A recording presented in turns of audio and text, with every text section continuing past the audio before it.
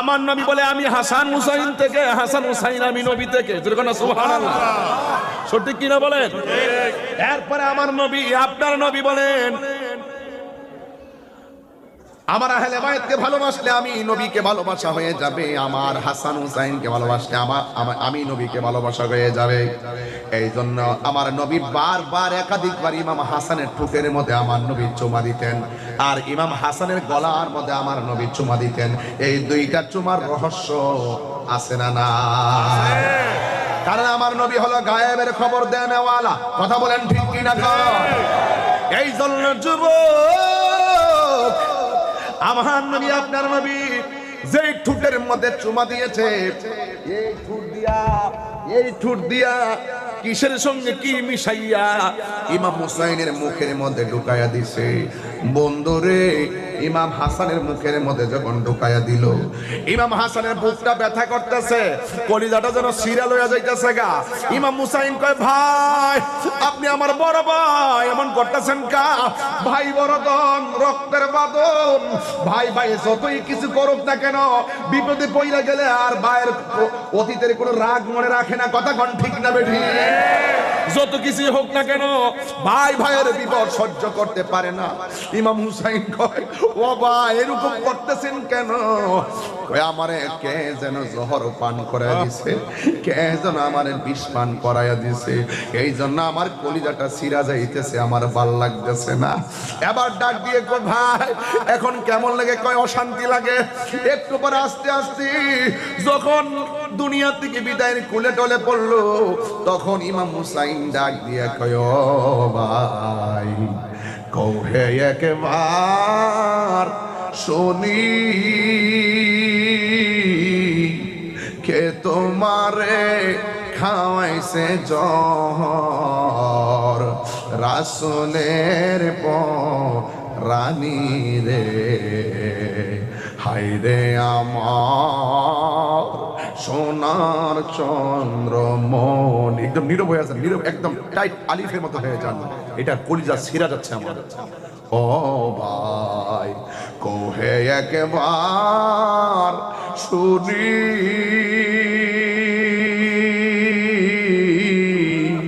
কে তোমারে খাওয়াইছে জহর, রাসূলের রানী রে, হায় রে আমার সোনার চন্দ্রমণি। ছোট ভাই কয় বড় ভাই রে, ও ভাই কেমনে যাওছো? ছোট ভাই, এমনি তো মা নাই, বাবা নাই, নিজের নানা ও দুনিয়াতে নাই। ছোট ভাই কয় বড় ভাই রে, ও ভাই কেমনে যাওছ লিয়া?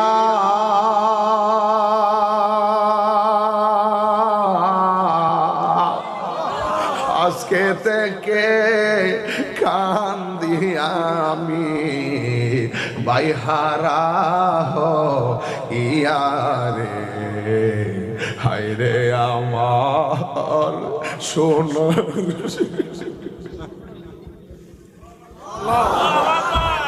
আল্লাহ বলে, ও জিবরাইল, ও জিবরাইল যাও না রে চলিয়া, 70,000 ফেরেশতা নামাও জানাজার লাগিয়া রে, হায় রে আমার সোনার চন্দ্রমণি। আকাশ কান্দে, বাতাসে কান্দে, কান্দে দরিয়ার পানি,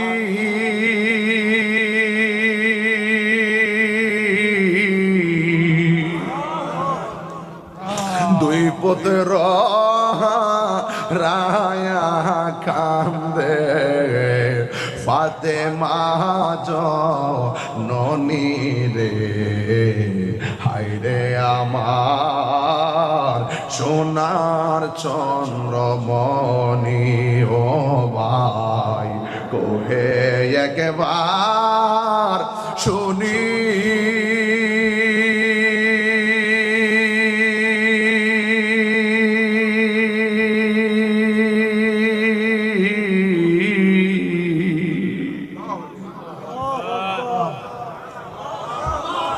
কে তোমারি খাওয়াইছে জহর রাসূলের রানী রে হায়রে আমার সোনার চন্দ্রমণি হায়রে ও আমার চট্টগ্রামের বাবা ও আমার অক্সিজেনের বাবা শহীদ নগরের বাবা শহীদ শব্দটার লগে আমরার প্রেম জড়িত শহীদ শব্দটার লগে আমরার ভালোবাসা জড়িত আমার নবী বারবার কইতো আমার মনে চাই আল্লাহর দিদারে যায় আবার শহীদ হইয়া যায় মনে চাই আল্লাহর দিদারে যায় আবার শহীদ হইয়া যায় মনে চাই আল্লাহর দিদারে যায় আবার শহীদ হইয়া যায় চিৎকার মেরে রাখি আল্লাহু আকবার বলা যাবে না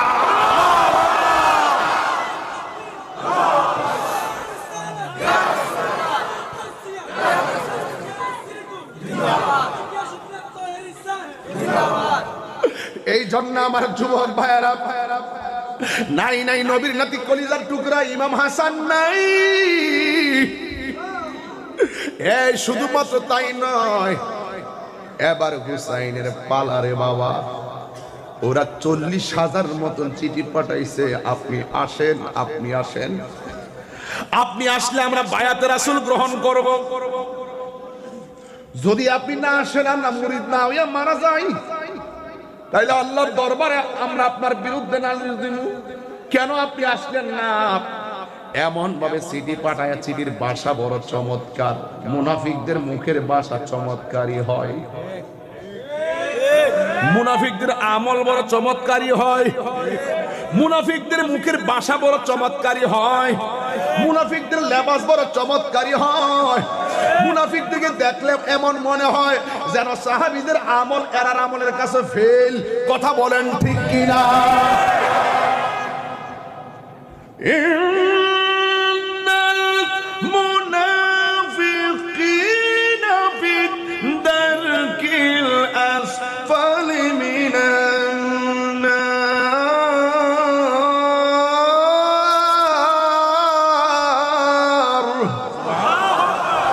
এই মুনাফিক এখন অক্সিজেনে আছে না নাই তাহিরের মারবার লাগা ঘুরে আল্লামা শহীদ ফারুক রহমাতুল্লাহ আলাইহি দুনিয়া থেকে বিদায় কইরা দিয়েছে কথা বলেন ঠিক না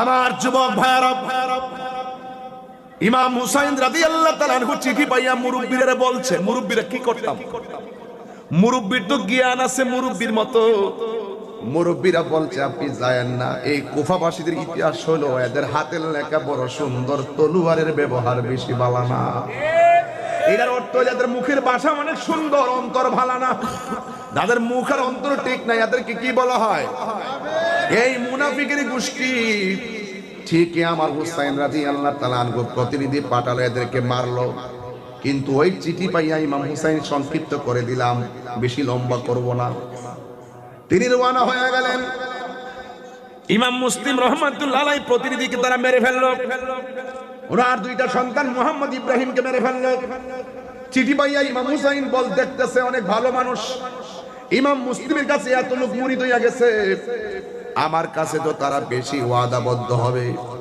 এই জন্য ইমাম হুসাইন রাদিয়াল্লাহু তাআলা আনহু কল্যাণে চলে গেলেন সেই কুফা নগরীতে যাওয়ার পরে ওরা একদল কাফেলা ইমাম হুসাইনের বরাবরে ঘোড়া নিয়ে আসতেছে হযরতে শহর বানু ডাক দিয়া কো স্বামী গো ওরা কেন এমন ভাবে ঘোড়া নিয়ে আসতেছে কিছু তো বুঝতে পারলাম না কাছে আইসা কো হুসাইন কেমনে মনে করলাম আমি তোমার কাছে মরি দেবো এখনো সময় আছে আমার কাছে আত্মসমর্পণ করো ইমাম হুসাইনকে আমার সিনুসনি আমি কেন তোরা কইছস আমার কাছে মরিদ হইবি তোরা আমার প্রতিনিধির কাছে মরিদ হইছিস আর তোরা বলছিস আমার কাছে মুরিদ হবি, আর আমার কাছে আমার নানার আদর্শ তোরা তোর নিজেকে উৎসর্গ করবি নবীর আদর্শের উপরে, আর তোরা নবীর আওলাদকে দাওয়াত করে আই না। আর এখানে আমার বিরুদ্ধে তোরা বলতেছিস আমি আত্মসমর্পণ করার জন্য। সাহস তো কম না। তোরা সিনুস নি আমি কেডা? আমি হলাম নবীর নাতি হযরতে ইমাম হুসাইন। জোরে কন্যা সুবহানাল্লাহ। আর বড় করে বলেন না সুবহানাল্লাহ। তোরা সিনুস নি আমি কেডা? আমি হইলাম হযরতে মৌলা আলীর সন্তান। জোরে বলেন না সুবহানাল্লাহ। তোরা সিনুস নি আমি কেডা? আমি হইলাম মা ফাতেমার বেটা। আমি জীবন দিব কিন্তু ঈমান দিব না। কথা বলেন ঠিক কি না? এবার সে অর্ডার করলো, সে অর্ডার করলো তুমি যদি আমার সাথে যদি আমাদের কর্তৃত্ব নেতৃত্ব যদি মেনে না নাও, তাহলে পূর্বে যারা এসেছিল তাদের যে দশা হবে তোমার কি দশা হবে। ইমাম হুসাইন বলে হককে প্রতিষ্ঠিত করতে গেলে প্রয়োজনে নবীর আওলাদ জীবন দিবে। জোরে কন্যা সুবহানাল্লাহ। এরপরে ওরা কি করলো? ওরা ইমাম আলী মুকামের চতুর্দিক দিয়ে তারা পানিকে বন্ধ করে দিল। কি বন্ধ করে দিল? পানি বন্ধ করে দিল। আপনারা বলেন তো, নবী যদি সৃষ্টি না হইতো পানি কি হইতো? আর পানি কি হইতো? এরপরে দেখেন কত বড় তারা একের পর এক পানি বন্ধ করলো। ওই যে একটা অবতারণা আমি করেছিলাম আপনাদের সকলের খেদমতে বহুদিন আগে, কিছুদিন পূর্বে আমি একটা অবতারণা করেছিলাম এভাবে, মুঝে কো ফাওয়ালো মুসাফির না সমঝো, মুঝে কো ফাওয়ালো মুসাফির না সমঝো, मैं आया नहीं जे कौसर का पीना, मैं प्यासा नहीं हो पिलाया गया हो, मुझे को फवालो मुसाफिर न समझो, मुझे को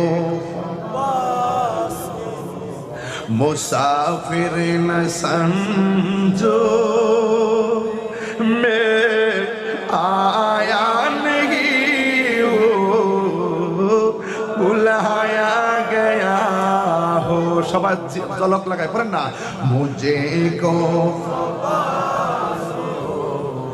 मुसाफिर न समझो, मैं आया नहीं हो बुलाया गया हो।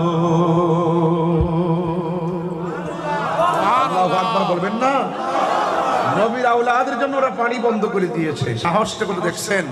যারা নবীর আওলাদের জন্য, আমি চ্যালেঞ্জ করে বলতে পারি, যারা নবীর আওলাদের জন্য কুফার প্রান্তরে পানি বন্ধ করেছে, খোদা কি কসম তারা হাউজে কাউসারের পানির সন্ধান পাবে না।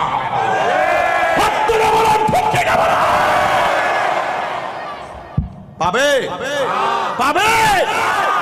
এমনকি শুধু পানি না, আশ্চর্য তোমরা কেমন করে আশা করো যে নবীজি ইমাম হুসাইনের দাদা আর ইমাম হুসাইনের নানা তোমাদের জন্য সুপারিশ করবে? তোমরা কেমনে আশা করো ইমাম হুসাইনের গলায় ছুরি চালাইয়া হুসাইনের নানার সুপারিশ পাইবা? অসম্ভব। দুই হাত তুলে বলো ঠিক কি না বলো?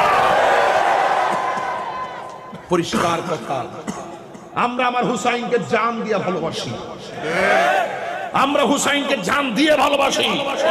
ওই কারবালার ইতিহাসকে রন্ধ্রে রন্ধ্রে আবার পৌঁছে দেওয়ার জন্য, কারবালার শিক্ষাকে ঘরে ঘরে পৌঁছে দেওয়ার জন্য হুসাইনি কাফেলা নিয়ে আমরা পথ চলছি। কথা বলেন ঠিক কিনা?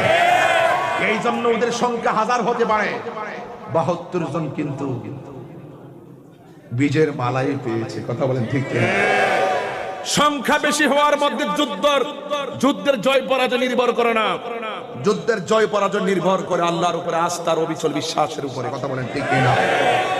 আমরা সেই আদর্শ হৃদয়ে লালন করি, করি কি করি না বলেন? আরো বড় করে বলেন না, করি কি করি না? এই জন্য আমার যুবক ভাইয়েরা, ইমাম হুসাইন কয় আমার সিনুস নেন গেটা আয়না শের খোদা মৌলা আলীর বেটা, আমি খাতুনে জান্নাত মা ফাতেমার বেটা, আমি রাহমাতুল আলামিনের নাতি, জীবন দিব কিন্তু ঈমান দিব। আচ্ছা, ইমাম হুসাইনের এই ছোট্ট কথাটাকে আমরা লালন করতে পারবো? হ্যাঁ, লালন করতে পারবো। তাহলে টাকার কাছে কখনো ঈমান বিক্রি করা যাবে? যুক্তির কাছে কখনো ঈমান বিক্রি করা যাবে? বহুত চাপাবাজ আছে, ছলে বলে কৌশলে ছদ্মবেশে আপনাদের ঈমান হরণ করে নিয়ে যায়। জুতা চুর বহুত বলা, কিন্তু ঈমান চুর খারাপ, ঠিক কিনা বলেন? এই জন্য আমার যুবক ভাইরা, এগুলো কি এগুলো আসতেছে নাকি না যাইতেছে?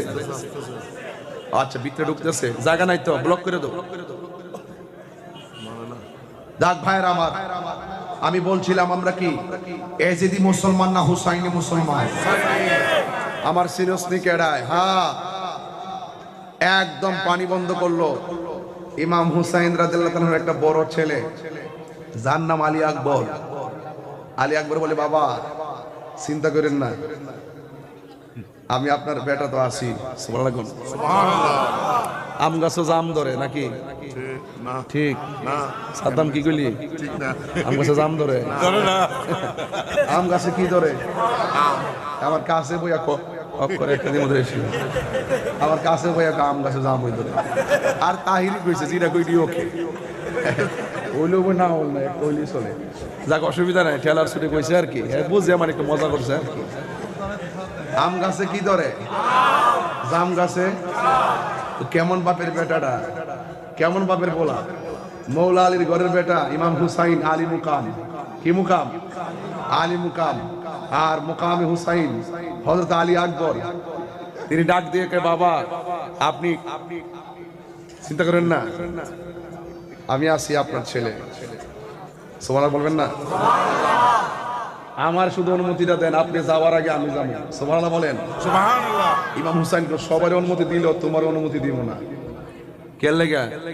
তোমার কণ্ঠটা শুনতে ডাইরেক্ট আমার মদিনার নানার মতো লাগে। তুমি চলে গেলে, তুমি যখন আমার ডাক দাও, আমি তো নানার ডাকের স্বাদ পাই। তো তুমি চলে গেলে যদি শহীদ দিয়ে, তাহলে এই ডাকের সুদ আমি পাবো কোথায় থেকে? এই ডাকের স্বাদ আমি পাবো, তোমাকে আমি দিব না।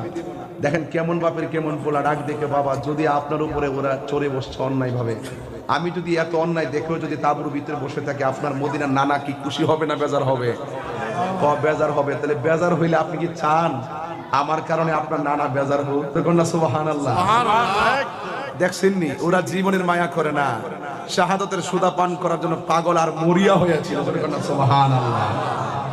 এরপরে ডাক দিয়ে কে, বাবা তুমি যাইবা, কিন্তু যাওয়ার সময় একটু সামনে যাইবা, যাইয়া বারবার আমার দিকে তাকায় আমাকে ডাক দিবা। এবার আলী আকবর হাতের মধ্যে তলোয়ার নিয়ে রওনা দিলেন। একটু পরে বলতেছে, বাবা আমি আবার আসবো। কণ্ঠ শুনে নবীর কণ্ঠের স্বাদ অনুভব করে ইমাম হুসাইন। যখন চলে গেছে ওই মুহূর্তে বিয়াদবরা, একটা আমাদের দেশে কথা আছে যে একজনের সাথে না পারলে আরেকজনের উপরে বিষ খরায়। ইমাম হুসাইনের সঙ্গে যখন তাদের রাগ অভিমান, ওনার সন্তানকে পেয়েছে, তারা আরো মরিয়া হইয়া উঠছে, যেভাবে হোক তাকে শেষ করে ফেলতে হবে। চতুর্দিক দিয়ে আক্রমণ। আপনারা জোরে বলেন, ইমাম আলী আকবরের গায়ের মধ্যে কি গায়ের জোর না বেলায়েতের জোর? আল বেলায়াতু জিল্লুন নবুওয়াত, আল বেলায়াতু জিল্লুন নবুওয়া, বেলায়েত হলো নবুয়তের ছায়া, তাদের গায়ের মধ্যে হলো ঈমান তাজাল্লি। এবার এমন ভাবে যুদ্ধ করতেছে সাহসের সাথে, বিয়াদবরা মনে মনে কয় তার কণ্ঠটা শুনতে তো নবীর মতো শোনা যায়, কণ্ঠটারে শেষ করে দেয়। কেমন জিদ দেখেন, কেমন বেঈমান দেখেন। এরা মুসলমান। আপনারা যে বলেন মাঝে মাঝে হুজুর কাউরে কিছু কইেন না, কইতাম না কেমনে? এই লোকগুলা তো পৃথিবীর ইতিহাসে এমন ঘটনা ঘটাইছে, কিয়ামত পর্যন্ত এমন ঘটনা ঘটবে না। এমন ঘটনা ঘটেছে, নবীর আউলাদের উপরে তারা কেমনে চড়ে বসেছিল। এরা নাতির ঘরের পতিরা তো এখনো বাংলার জমিনে আছে। ওই সিলসিলা যেটা আছে আয়া পড়ছে, এটা তো একটার পর একটা প্রোটেকশন, যে রক্ত দিয়ে দাঁড়াইয়া ঢুকছে, এটা তো হিডার দ্বারা। আমরা একটা হুসাইনি ধারা। কথা বলেন ঠিক না বেঠিক? এরপরে আলী আকবরের কণ্ঠের মধ্যে তারা তীর ঢুকাই দিছে। তখন আলী আকবর মনে মনে কাহারে, আমি না আমার বাবারে বলে আসছি আমি আসতেছি, আমার বাবার শেষ ডাকটা দিয়ে আসি। তিনি যুদ্ধের ময়দান থেকে বাড়িতে এসে বলছে, বাবা, ইমাম হুসাইন রাদিয়াল্লাহু তাআলা বলতেছেন, বাবা আলী আকবর, তুমি যাওয়ার সময় তো আমাকে অনেক সুন্দর করে ডাক দিয়েছো, এখন ডাকটা কেন জানে অর্ধেকটা ডাক হাওয়া হয়ে যায়। ইমাম আলী আকবর ডাক দিয়েছে, বাবা, যে কণ্ঠ দিয়ে আমি আপনাকে ডাক দিতাম সেই কণ্ঠটা তারা ছিদ্র করে দিয়েছে, যে জন্য অর্ধেকটা হাওয়া আমার গলা দিয়া বের হয়ে যায়, আমি আপনাকে মন মতো ডাকতে পারতেছি না। বাবা, যেই কণ্ঠ দিয়ে আপনারই আমি এমন ভাবে ডাকতাম, ডাকটা হুবহু আপনার নানার মতো আমি ডাক দিতাম গো, ওরা টের পায় আমার কণ্ঠটার উপরে আঘাত করেছে, আমার কণ্ঠকে ছিদ্র করে ফেলেছে। ও বাবা, এই জন্য আমি ডাক দিতে গেলে অর্ধেকটা ডাক আমার গলার ছিদ্র দিয়া বের হয়ে যায়। এবার ডাক দিয়ে বলে, বাবা, আমি চলে যাব, কিন্তু আপনার কাছে আমার একটা কথা আছে। বাবা, আপনার কাছে আমি একটা জিনিস চাইবো, আপনি আমাকে সেই জিনিসটা দেওয়া লাগবে। আমার কলিজাটা ফেটে যাচ্ছে গো বাবা। ইমাম হুসাইন রাদিয়াল্লাহু তাআলা ডাক দিয়া বলে, বাবা, কি চাও তুমি আমার কাছে চাও। বন্ধুরে আমার, ও যুবকের দল, এবার ইমাম আলী আকবর ডাক দিয়ে, বাবা, শুধুমাত্র একটা ফোঁটা পানি আমার গলাটার মধ্যে দেন, আমার গলাটা শুকাইয়া গেছে, আমার কলিজাটা খান খান হয়ে যাচ্ছে, একটু পানি পান করার জন্য। ইমাম হুসাইন রাদিয়াল্লাহু তাআলা দেখছেন মশকের মধ্যে এক ফোঁটাও পানি নাই, রৌদ্রের তাপের কারণে মশকটা শুকাইয়া গেছে, একটু পানি নাই। ওই মুহূর্তে ডাক দিয়ে বলে, বাবা, আমার একটু পানি দেন, আমার গলাটা শুকাইয়া যাইতেছে। ওই মুহূর্তে ইমাম হুসাইন ডাক দিয়া বলে, বাবা, আমি কেমন সন্তানের বাবা হইলাম, আমার পোলা আমার কাছে পানি চায়, অথচ ফুরাতের পানি দিয়ে উযু গোসল করে আমাকে পানি দেয় না, আমার পোলারেও আমি পানি আইনা খাওয়াইতে পারি না। এরপরে ডাক দিয়ে কয়, বাবা রে, তুমি যদি পানি পান করবা, লম্বা হয়ে একটু শুইয়া যাও, আমি তোমার মুখের মধ্যে পানি দিয়ে দিতেছি। এবার আলী আকবর বলে, আমার বাবা যখন আমার পানি দেওয়ার জন্য আমাকে বলল শুয়ে যাওয়ার জন্য, আমি আশার বাসা বাইন্দা শুইয়া গেলাম, আমার বাবা আমার মুখের মধ্যে শীতল পানি দিয়া দিবে। যুবকের দল, ইমাম আলী আকবর মাটির মধ্যে শুয়া, আর ইমাম হুসাইন তার মুখের ভিতরে কূপের পানি দেয় নাই, মশকের পানি দেয় নাই, ফুরাতের পানি দেয় নাই। ইমাম আলী আকবর বলে, আমি যখন আমার বাবার কাছে পানি চাইছি গো, আমার বাবা আমার মুখের ভিতরে আমার বাবার শুকনা জিহ্বাটা ঢুকাইয়া দিছে, ঢুকাইয়া দিয়া কয়, বাবা রে, নে আমার জিহ্বা থেকে তুই পানি পান কইরালো, আমি কেমনে মানতাম, আমি কেমনে সহ্য করতাম, বুকটা ফাইটা যায়। নবীর আওলাদের নির্মম ভাবে কেমনে মরুভূমির বালির মধ্যে পানি বন্ধ করে দিলি। ইমাম হুসাইন কই, পুত্রী, আমার জিহ্বা থেকে তুই পানি পান গো। এবার আলী আকবর কই, আব্বা, ও বাবা, আপনার কাছে পানি চাইছি, আপনি আমার বাবা দুনিয়াতে আসেন দেখা আপনার কাছে আমি পানি চাইছি, আমি দেখতেছি আপনার জিহ্বাটা আমার জিহ্বার চাইতে আরো বেশি শুকায় রয়েছে। আপনার আব্বা নাই দেখা আপনি বুঝি কারো কাছে পানি চাইতে পারতেছেন না, আমার জন্য আর পানি লাগবে না বাবা, আমার জন্য আল্লাহর শাহাদাতের নজরানা অপেক্ষা করতেছে। বন্ধুরে আমার, ও যুবকের দোল, নাই নাই আলী আকবর নাই, নাই নাই কাসেম নাই, নাই নাই আলী আসগর নাই, একের পর এক শহীদ হইয়া যায়। ইন দি মিন টাইমে ইমাম হুসাইন রাদিয়াল্লাহু তাআলা আনহু ওই ময়দানের মধ্যে একা একা চোখটা লেগে গেছে। হঠাৎ করে স্বপ্নে দেখে আমার রাহমাতুল লিল আলামিন একটা পেয়ালা লইয়া ইমাম হুসাইনের সামনে আইসা অপেক্ষা করতেছে। আর বুঝতে বাকি নাই আমার নবী হুসাইনের রক্ত নেওয়ার জন্য কারবালার জমিনে হাজির হয়ে গেছে। আর জোরে কোন আল্লাহু আকবার। এই আমার আশিকিন জাকিরের মুহিবিন বাবা হাজির আইরি।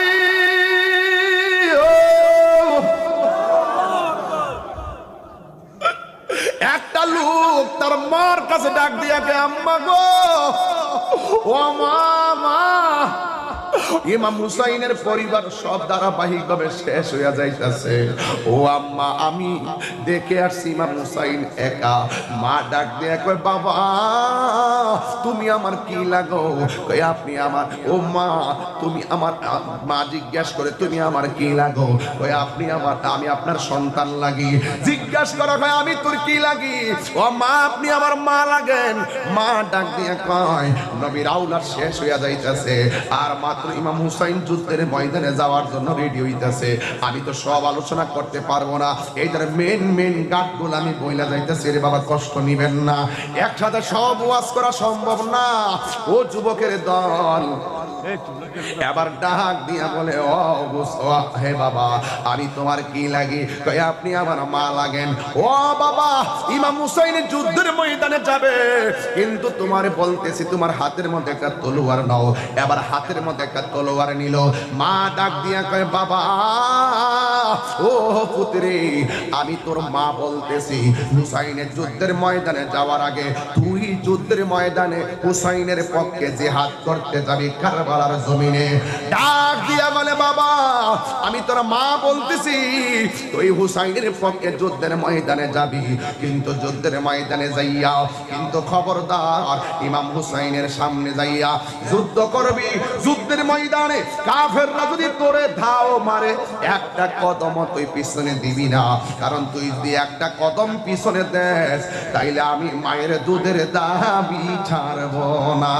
জোরে জোরে কি আল্লাহু আকবার বলা যাবে না? কসমটা কি সাত? কসমটা কি ছোট না অনেক বড়? কথা কন না। এবার হাতের মধ্যে তলোয়ার নিল। হাতের মধ্যে তলোয়ার নিয়ে ইমাম হুসাইনের আগেই যুদ্ধের মাঠে চলে গেছে। ওই মুহূর্তে ইমাম হযরতে ওয়াহাব, তার নাম ওয়াহাব কালবি, ওয়াহাব কালবি চলে গেল, যুদ্ধের ময়দানে চলে গেল। কিন্তু দেখা গেল এমন ভাবে যুদ্ধ শুরু করলেন, কিন্তু অনেকগুলা কাফের অনেকগুলা বেঈমানের মোকাবেলা কেমনে একা সম্ভব? এরপরে চতুর্দিকটা তাকে গ্রাও করে বলাইছে। এই ওয়াহাব কালবি হাতের মধ্যে তলোয়ারটা লইয়া এমন ভাবে দাঁড়াইয়া গেছে, দাঁড়াইয়া যুদ্ধ করতেছে, এমন ভাবে শক্তি দেখাইতেছে কেউ তার সঙ্গে পারে না। ওই মুহূর্তে ওয়াহাব কালবির পিছন দিক দিয়া একটা বিয়াদব দাও মারছে, এবার পিছনে তাকাইছে, সামনে আরেকটা দাও মারছে, সামনে তাকাইছে, অনেকগুলা মানুষ এমন ভাবে একসঙ্গে দাও মারছে। ওয়াহাব কালবি ওই ময়দানে একটা কদম পিছনে দিতে যাইয়া মা যে কসম দিছে, মায়ের কসমের কথা মনে হইয়া গেছে, তুই কিন্তু সামনে যাবি, এক কদম পিছনে দিবি না। একটা কদম যদি তুই পিছনে দিবি আমি মা তোর দুধের দাবি ছাড়ব না। মায়ের একটা দুধের দাম কাটিয়া গায়ের চাম, একটা দুধের দাম, একটা দুধের দাম কাটিয়া গায়ের চাম, পাপস বানাইল ঋণ শুধু হবে না, এমন দরদি হবে আর হবে না আমার মা গো, এমন দরদি হবে কেউ হবে না আমার মা গো। তোমরা কোনদিনও মাহিরি মনেতে কষ্ট দিব না তোমরা কোনো দিন মায়ের মনেতে কষ্ট দিও না ওরে মা বাবার কষ্ট দিলে আল্লাহ জি সহে না মা বাবার কষ্ট দিলে আল্লাহ জি সহে না তোমরা কোনো দিন মায়ের মনেতে কষ্ট দিও না তোমরা কোনো দিন মায়ের মনেতে কষ্ট দিও না জোরে জোরে কি আল্লাহ আকবার বলা যাবে না এইভাবে তলোয়ারটা লইয়া আল্লাহু আকবার জোরে কর হাতের মধ্যে তলোয়ারটা লইয়া সামনে পারছে আর সামনে দিক দিয়ে হাজার হাজার ধাও মারছে একটা কদম পিছনে যাইয়া আমার আম্মা না কইছে হুসাইনের প্রেমের সামনে যাইতে হবে পিছনে গেলে মার দুধের দাবি ছাড়বে না পিছন দিক দিয়ে একটা বিয়াদ বাইসা ওহাব কালবির গলার মধ্যে এমন একটা কূপ মারছে দেহ থেকে কল্লাটারে আলাদা কইরা পালাইয়া এমন ভাবে মাথার চুলের মধ্যে দইরা ওই ওহাব কালবির মায়ের কাছে নিয়ে গেছে মায়ের কাছে নিয়া মায়ের কাছে লইয়া ডাক দিয়া কো লক্ষণী মা একটা মাত্র সন্তান নতুন বিয়া করাইয়া এই সন্তানটার দুধের কসম দিয়া মায়ের খাওয়াইলি তুই একটা অলক্ষণী মা তুই একটা নির্দয়া মা ওয়াহাব কালবির মা ওই সন্তানের কাটা কল্লা দেইকা মুস্কি মুস্কি হাসতেছে জোরে জোরে কি আল্লাহু আকবার বলা যাবে না এই আওয়াজে মানি না তিনবার বলেন আল্লাহ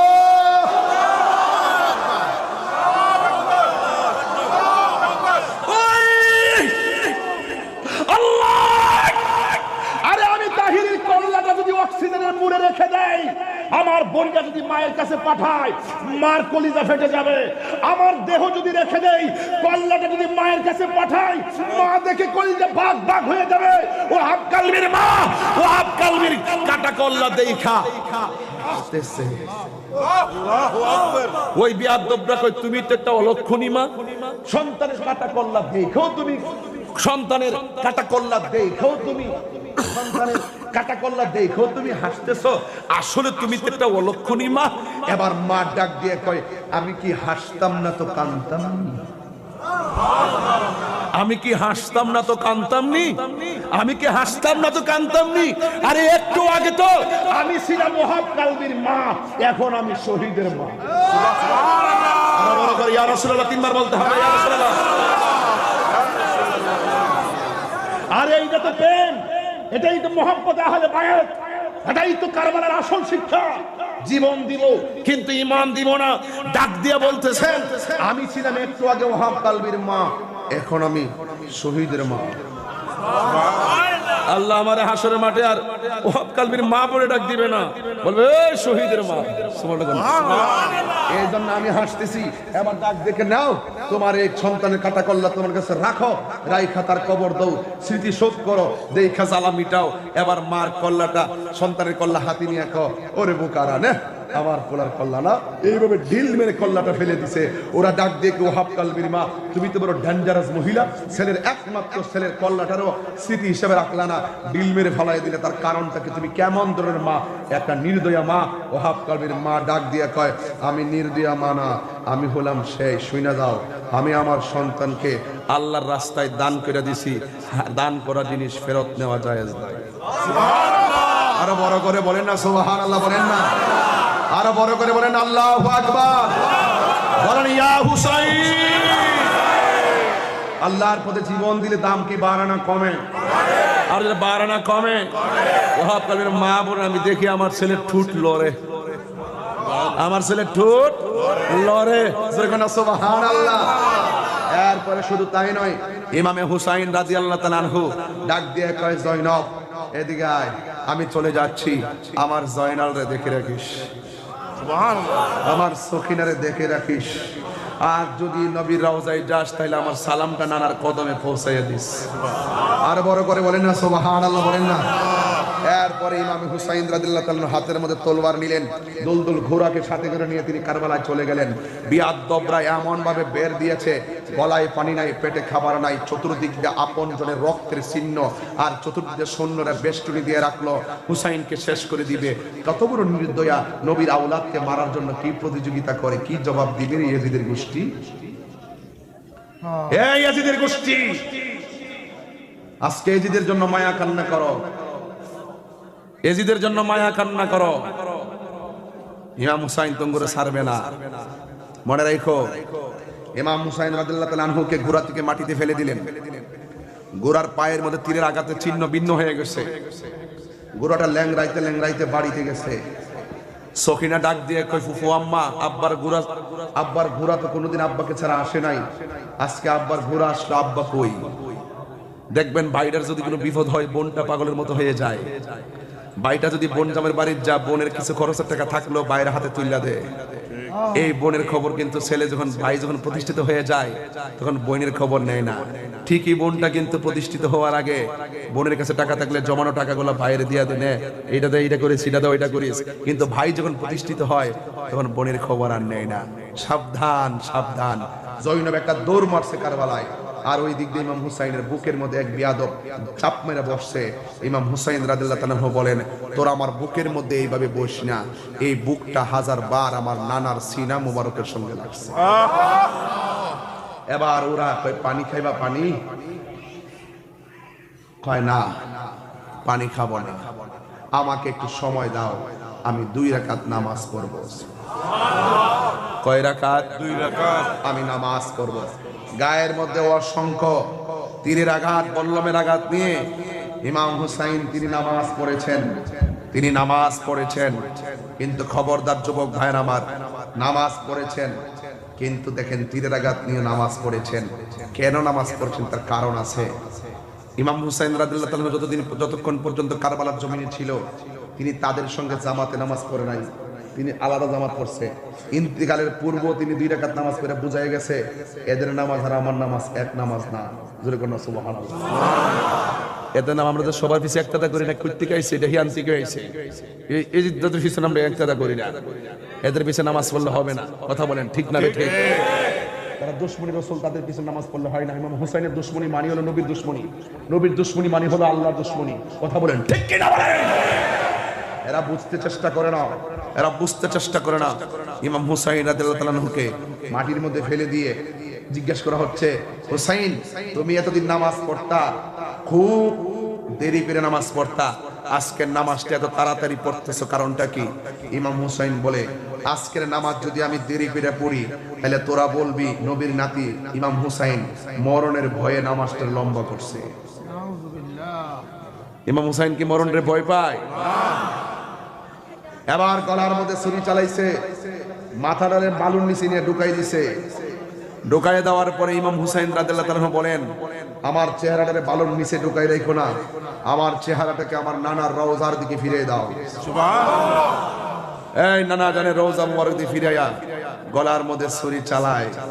আহা, ওই মুহূর্তে ইমাম হুসাইন রাদিয়াল্লাহু তাআলা আনহু আহা কান্দে জৈনব, কান্দে কুলসুম, কান্দে রে সখিনা, কান্দে জৈনব, কান্দে কুলসুম, কান্দে রে সখিনা। কেমন করে চালাইলি ছুরি, কেমন করে চালাইলি ছুরি রে সীমা, বুকুটা কি কাঁপলো না? কান্দে জৈনব, কান্দে কুলসুম, কান্দে রে সখিনা, কান্দে জৈনব, কান্দে কুলসুম, কান্দে রে সখিনা।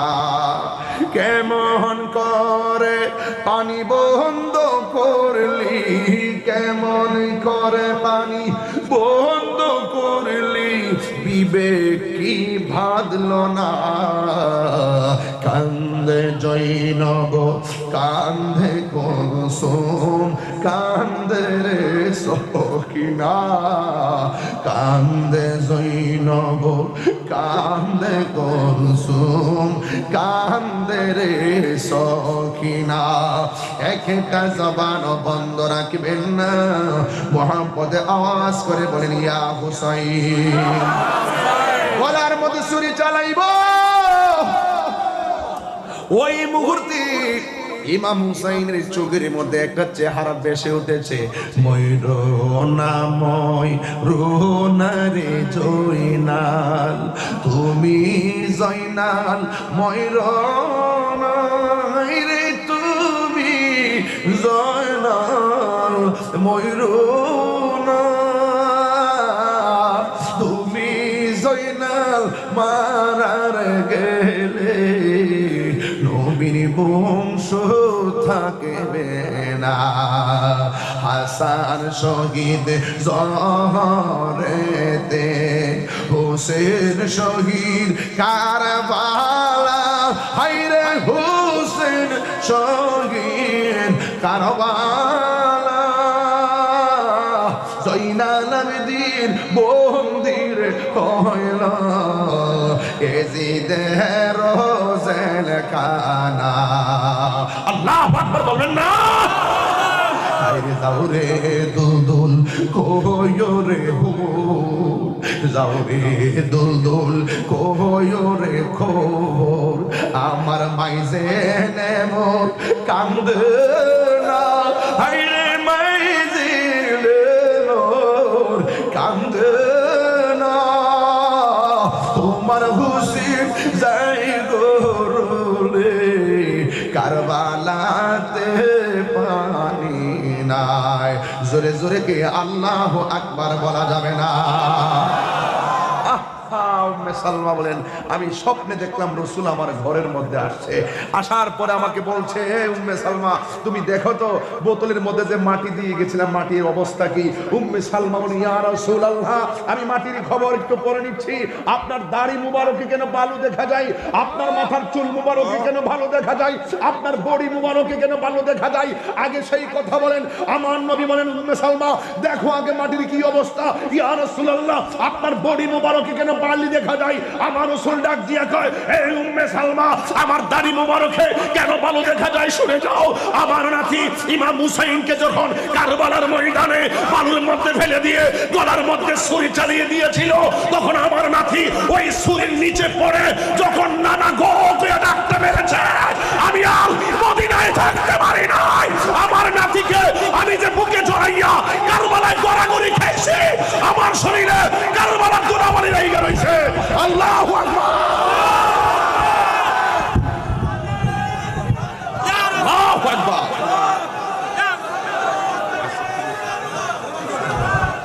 আমার যুবক ভাইরা এখন শুধু একটাই কথাই বলতে চাই আমার রাসূল আসার ক্ষমতা আছে না নাই আরে যদি বলো আসে না নাই এ যুবক ভাইরা আমার ইমাম হুসাইন ইমাম উম্মে সালমা বলেন আমি এই আচমকা খবর পেয়ে আমি উঠলাম উঠে দেখলাম ওই মাটি মুবারক গুলো রক্তে পরিণত হয়েছে আমি আকাশের দিকে তাকাইলাম দেখি বৃষ্টির কণার মতো কি যেন পড়ে দেখলাম বৃষ্টির কণা নয় যেন আকাশে বাতাসে দুলুকে বুলুকে ইয়া হুসাইন ইয়া হুসাইন ইয়া হুসাইন ইয়া হুসাইন ইয়া হুসাইন শুধু তাই নয় আমি দেখছি যেন মাটি নয় যেন পানি নয় এক একটা রক্তের কণা পড়তেছে পাথর আলগি দেই নিচে রক্ত পাতা আলগি দেই নিচে রক্ত যখন শীতল অনুভব করি শুধু রক্ত ইয়া হুসাইন ধ্বনিতে যেন এক কারবালা আরেকটি কারবালা হয়ে গেছে এক প্রেমিক বলতেছে ইমাম হুসাইনের কল্লাটা আমি দেখতে গেলাম দেখি অনেকগুলো মানুষ দাঁড়ানো কিন্তু দেখতেছি কোথায় থেকে যেন সূরা কাহাফের আয়াত তেলাওয়াত হচ্ছে আমি দেখলাম ডানে মানুষ আছে ঠোঁট লড়ে না বামে মানুষ আছে ঠোঁট লড়ে না সামনে আছে ঠোঁট লড়ে না আমি তাকায় দেখি হুসাইনের ঠোঁট থেকে সূরা কাহাফ তেলাওয়াত হচ্ছে সুবহানাল্লাহ দেখাইতে না পারলে কান কেটে ফেলে দিয়ে দাম অক্সিজেন যদি দেখাতে না পারি কান কেটে রেখে যাব অক্সিজেন আমার হুসাইনের ঠোঁট লড়তেছে ওই যে হুজুর আছেন ওয়ালা তাহসাবান্নাল্লাযিনা কুতিলু ফি সাবিলিল্লাহি আমওয়াতা বাল আহইয়া ইনদা রাব্বিহিম ইরযাকুন আহারে আল্লাহ পাওয়ার দিলে পাওয়ার পায় কি পায় না এই মর্যাদা দিয়েছেন কে? হুসাইনকে আমরা অক্সিজেন হুসাইনের মতো, এই হুসাইন হলো জান্নাতের সর্দার। ওই হুসাইনরে কষ্ট দিয়ে বেহেশতে টিকিট ফাইলাইবা, বেহেশত তো সোজা জিনিস না। ইমাম হুসাইন রাদিয়াল্লাহু তাআলা আনহুর বাহ ছেলে জয়নাল আবেদিন, ওই বিয়াদবরা যখন দেখতেছে মানুষ সব উল্টে যেতেছে, কয় জয়নাল একটা কাজ করেন, যা খবর হয়েছে তো এটা এখন আমরা মিলেমিশে রাষ্ট্রটা সুন্দর করে চালাই, যা খবর হয়েছে এই মুয়াজ্জিন তুমি আজান দাও, এই মুয়াজ্জিন তুমি আজান দাও। এবার মুয়াজ্জিন আজান দিতেছে, আল্লাহু আকবার আল্লাহু আকবার। জয়নাল আবেদিন মিম্বর বয়া কয় আল্লাহু আকবার আল্লাহু আকবার, আল্লাহ মহান, আল্লাহ মহান। আশহাদু আল্লা ইলাহা ইল্লাল্লাহ। তোমরা বলতেছো আল্লাহ ছাড়া মাবুদ নাই, আমিও কই আল্লাহ ছাড়া মাবুদ নাই। আশহাদু আল্লা ইলাহা ইল্লাল্লাহ।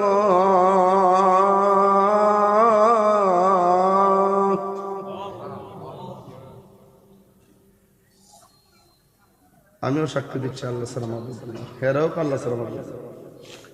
এরপরে মুয়াজ্জিন, আশহাদু আন্না মুহাম্মাদুর রাসূলুল্লাহ। চুপ, বন্ধ কর। জয়নাল আবেদিন কেমন বাপের পোলা, মুয়াজ্জিনকে বন্ধ কর। আল্লাহু আকবার আল্লাহু আকবার, আমিও মানি আল্লাহ ছাড়া মাবুদ নাই, সেটাও আমি মানি। নবী যদি আল্লাহর দুস্ত হয়ে থাকে, নবী যদি তোমরা সাক্ষ্য দিচ্ছ আমার নবী হলো আল্লাহ রাসূল, নবী যদি আল্লাহ রাসূল হয়ে থাকে, ওই রাসূলের নাতি ইমাম হুসাইনের গলায় কেন ছুরি চালাইছ? আগে জবাব দে, তারপরে আযান দিবি, নামাজ পড়াবি। হাত তুলে বলুন ঠিক কিনা? জবাব দে, জবাব দে। মুখে বলবি নবীর নাম, আর নবীর আওলাদের গলায় ছুরি চালাবি, তোদের নামাজ পড়ার অধিকার নাই। এই আওয়াজ আমি সন্তুষ্ট না। নবীর আওলাদের বিরুদ্ধে কথা বলবি, ইকামত দেওয়ার অধিকার নাই। নবীর আওলাদের গলায় ছুরি চালাবি, নামাজ পড়ার অধিকার নাই। নবীর আওলাদের বিরুদ্ধে লেখনি লেখায় লিখবি, তোদের আযান দেওয়ার অধিকার নাই। আরো জোরে বলেন ঠিক কি না? বলো সোজা কথা, আযান বন্ধ। আমি শুধু একটা কথা জানতাম চাই, আমার আব্বার অপরাধটা কি ছিল? এই কথাটা বলতে দেরি মসজিদে ইয়া হুসাইন প্রকম্পনে কম্পন সৃষ্টি হয়ে গেছে।